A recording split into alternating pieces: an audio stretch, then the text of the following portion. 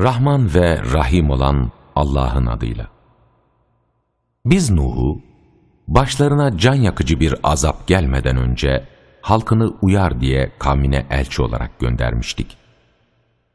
Nuh dedi ki, ey kavmim, kuşkusuz ben size gönderilmiş olan apaçık bir uyarıcıyım. O halde Allah'a kulluk edin, ondan korkun ve bana da itaat edin ki, o sizin günahlarınızdan bir bölümünü bağışlasın ve sizi azapsız olarak belli bir süreye kadar ertelesin. Ancak Allah'ın belirlediği süre gelince ertelenmez.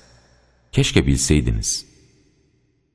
Yine Nuh dedi ki, ey Rabbim, gerçekten ben kavmimi gece gündüz çağırıp durdum. Ama benim çağrım kaçışlarını artırmaktan başka şeye yaramadı. Senin onları bağışlaman için kendilerini her çağrışımda parmaklarını kulaklarına tıkadılar, giysilerine büründüler, direndiler ve böbürlendikçe böbürlendiler. Sonra onları açıktan açığa davet ettim. Daha sonra onlara hem açıkça ilan ettim hem de gizli gizli konuştum.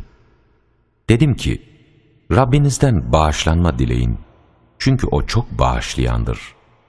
O üzerinize gökten bol yağmur yağdırsın, size mallar ve oğullarla yardım etsin, sizin için bahçeler ve ırmaklar var etsin. Sizi çeşitli evrelerden geçirerek yaratan Allah olduğu halde size ne oluyor da büyüklüğü Allah'a yakıştıramıyorsunuz? Siz Allah'ın 7 göğü nasıl birbiriyle uyum halinde yarattığını, orada ayı nasıl yansıyan bir ışık, güneşi ise ışık kaynağı bir kandil yaptığını görmüyor musunuz? Allah sizi yerden ot gibi bitirmiştir. Sonra O sizi yine oraya döndürecek ve sizi oradan tekrar çıkaracaktır. Allah geniş yollarından geçebilmeniz için yeryüzünü sizin için halı gibi yaymıştır. Nuh sözlerine devam ederek dedi ki, ey Rabbim, bunlar bana karşı geldiler. Malı ve çocukları ziyanını artırmaktan başka işe yaramayan bir kimseye uydular. Bana büyük tuzaklar kurdular. Onlar birbirlerine, sakın tanrılarımızı terk etmeyelim. Ne Ved'i, ne Suva'yı, ne Yağus'u, ne Yağuk'u, ne de Nesr'i asla bırakmayalım dediler. Böylece onlar birçok kimseyi doğru yoldan saptırdılar.